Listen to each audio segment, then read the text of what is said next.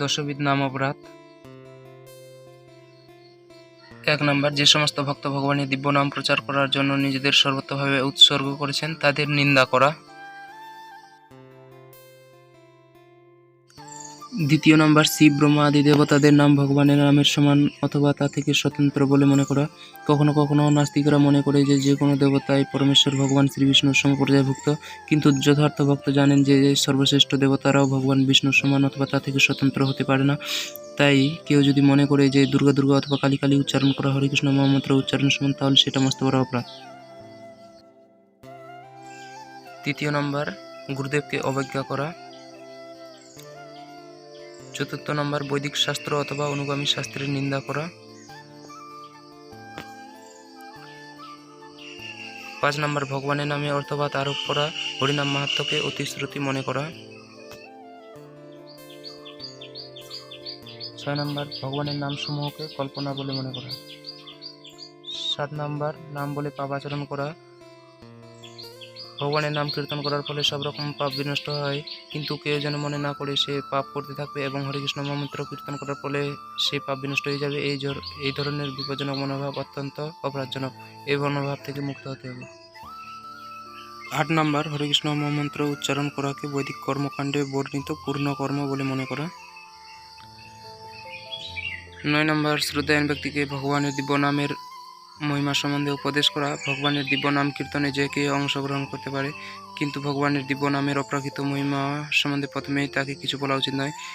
যে সমস্ত মানুষ অত্যন্ত পাপী তারা ভগবানের অপ্রাকৃত মহিমা যথাযথ উপলব্ধি করতে পারে না, তাই তাদের সে সম্বন্ধে প্রথমে কিছু না বলাই ভালো।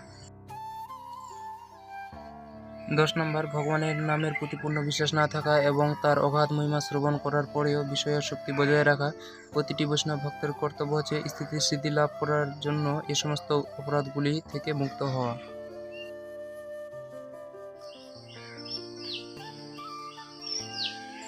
এবার চলে আসুন দশবিধ ধাম অপরাধ। 1 নম্বর, শিষ্যের নিকট শ্রীধামের মাহাত্ম্য প্রকাশকারী গুরুদেবকে অপমান বা অসম্মান প্রদর্শন করা। 2 নম্বর, শ্রীধামকে অস্থায়ী বলে মনে করা। 3 নম্বর, শ্রীধামবাসী অথবা শ্রীধাম যাত্রীগণের কারো প্রতি উৎপীড়ন বা অভিনষ্টন করা অথবা তাহাদিকে সাধারণ জড়লোক বলে মনে করা। 4 নম্বর, শ্রীধাম বাসকালে জড় কর্ম করা। 5 নম্বর, শ্রী বিগ্রহ ও অর্চন ও শ্রী নাম কীর্তনকালে অর্থ সংগ্রহ করা ও তদ্বারা ব্যবসা করা। 6 নম্বর, শ্রীধামকে বাংলার মতো কোনো জড়দেশ বা রাজ্যের অন্তর্ভুক্ত বলে মনে করা, শ্রীধামকে কোনো দেবতার সহিত সম্বন্ধযুক্ত স্থানের সমান বলে মনে করা অথবা শ্রীধামের সীমা নিরূপণ চেষ্টা করা।